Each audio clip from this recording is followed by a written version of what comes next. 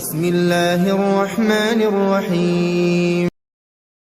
மரங்கொத்தி பறவை எல்லா மரங்களையும் கொத்தும்.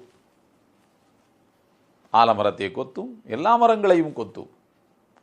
வாழை மரத்தை மரங்கொத்தி பறவை கொத்துமா? கொத்தாது. ஏன் கொத்தாது தெரியுமா? வாழை மரத்தை கொத்தினால் அதனுடைய நார்களில் போய் இதனுடைய அழகு சிக்கிக் கொள்ளும்.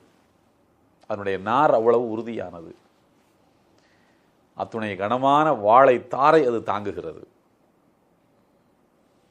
எந்த மரத்திலும் இறைவன் அந்த மரத்தால் தாங்க முடியாத கனி வகைகளை முளைக்க செய்வது இல்லை.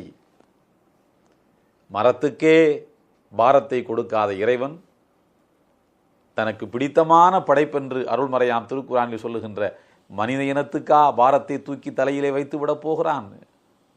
நாம் அப்படி சொல்லலாமா? தாங்க முடியாத சிரமம் வந்துவிட்டது என்று சொல்லலாமா? நாம் புலம்புவதற்கா படைக்கப்பட்டோம்? வாழ்வதற்கல்லவா படைக்கப்பட்டோம்? போராடி வாழ்வதற்கு பெயர்தானே வாழ்க்கை. சங்கடங்களும் சிரமங்களும் அடுக்கடுக்காக நம்மை நோக்கி பாய்ந்து வருகின்ற போது மன உறுதியோடு நின்று போராடி அந்த சங்கடங்களை கடந்து பாருங்கள்.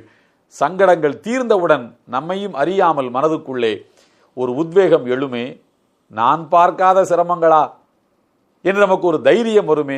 போட்டு பார்த்து விடலாம் எத்தனை சிரமங்கள் வந்தாலும் என்கிற அந்த எதிர்த்து நிற்கக்கூடிய துணிவு நமக்கு வருமே. அந்த துணிவல்லவா வாழ்க்கையின் உச்சபட்சமான மகிழ்ச்சி. எல்லாம் வல்ல இறைவன் சொல்வதை மறுபடியும் நினைத்து பாருங்கள். தாங்க முடியாத சிரமத்தை யாருக்கும் இறைவன்